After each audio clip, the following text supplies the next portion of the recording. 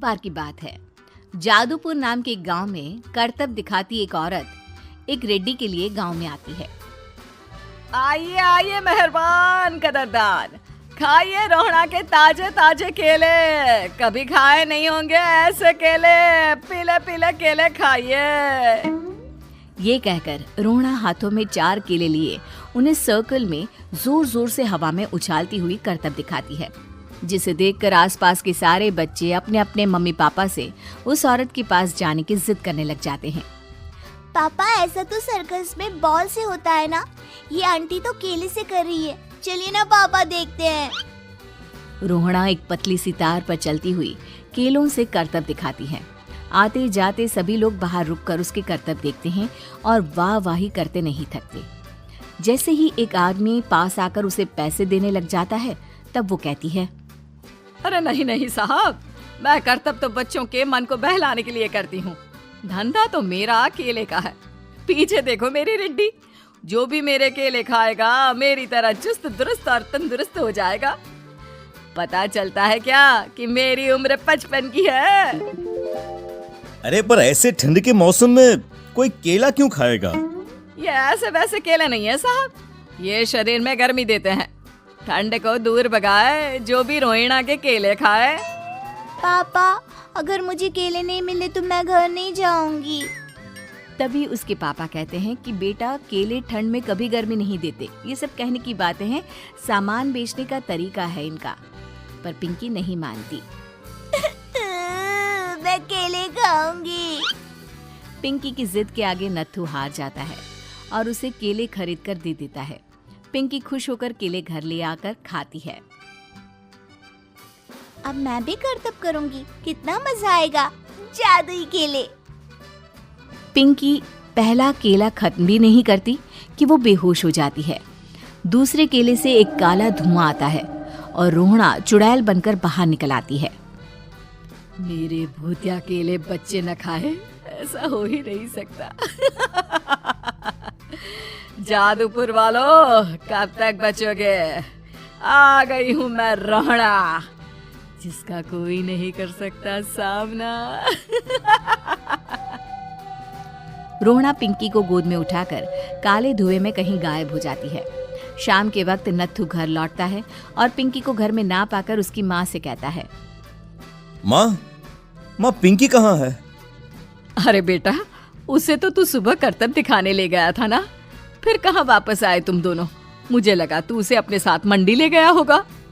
हे भगवान, मेरी बच्ची कहाँ गई? मैं उसे घर ही तो छोड़कर गया था माँ। नत्थू गांव के घर कोने में अपनी बेटी को ढूंढता है, पर उसे वो कहीं नहीं मिलती। परेशान होकर आखिर रो रो कर नत्थू हिम्मत हार कर घर लौट आता है। अगली सुबह रोहड़ा फिर से करतब दिखाने आती है और इस बार पिंकी की तरह रोनी केले खरीद लेता है। 50 रुपए दिए थे पापा ने, सारे पैसों की मैंने केले खरीद लिए हैं। अब मैं भी आंटी की तरह ही करतबबाज बन जाऊंगा। यही सोचते हुए रोनी केले खाता है और पहला अकेला केला आधा खत्म भी नहीं करता कि चुड़ैल उसके सामने आ जाती है। मेरे साथ चलने का समय आ गया है रोनी। ये तो बस शुरुआत है। अब इस गांव के सारे बच्चे धीरे धीरे मेरे कब्जे में होंगे, एक बच्चा भी नहीं बचेगा। ये कहकर रोना रोनी को गोद में लेकर काले धुएं में अदृश्य हो जाती है। इसके बाद हर रोज गांव में से कोई ना कोई बच्चा गायब होता, पर ऐसा क्यों हो रहा है किसी को भी समझ में नहीं आ पा रहा था। रोज की तरह अपनी बेटी पिंकी की तलाश में नत्थू गांव के एक तालाब के पास बैठा रो रहा था। कहाँ गई मेरी पिंकी? शकुंतला के जाने के बाद एक वही तो मेरा सहारा थी। अरे उसकी आत्मा कोस रही होगी मुझे कि मैं अपनी बच्ची को संभाल भी नहीं पाया। नत्थू ये कहता हुआ रो ही रहा था कि तभी तालाब में से उसे शकुंतला की आवाज सुनाई देती है। कहाँ थी तुम शकुंतला? हमारी बच्ची और सारे गायब हुए बच्चे रोहड़ा के कब्जे में हैं। वो बच्चों को जो केले देती है उससे बच्चे बेहोश हो जाते हैं और उसके कब्जे में आ जाते हैं और वो उन्हें ले जाकर काली दुनिया में ले जाती है। पर वो ऐसा क्यों कर रही है? ये मैं नहीं जानती, पर उस दुनिया का रास्ता मैं आपको बता सकती हूँ। जहाँ ये नदी खत्म होती है वहाँ एक केले का पेड़ है, उसके नीचे एक दरवाजा है, वहीं से रास्ता जाता है उस दुनिया का। ये कहकर शकुंतला की आत्मा गायब हो जाती है। गांव के सभी लोग झुंड बनाकर उसी रास्ते से काली दुनिया में चले जाते हैं और वहां देखते हैं कि सारे बच्चे वहां काम कर रहे थे। पापा मुझे ले चलो यहाँ से। पापा पापा। सभी बच्चे अपने मम्मी पापा से लिपट जाते हैं।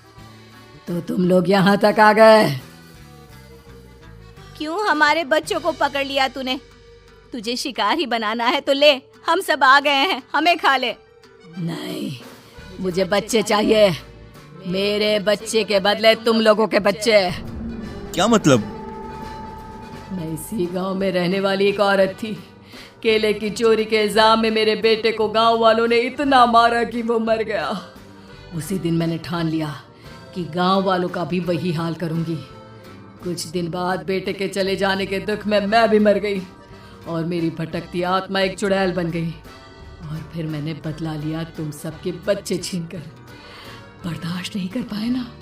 सोचो मुझ पर क्या बीती होगी। हमें माफ कर दो रोना। पता नहीं ये किसकी गलती थी, पर हम सभी माफी मांगते हैं। हमारी खुशियाँ लौटा दो, तुम भी तो एक माँ हो।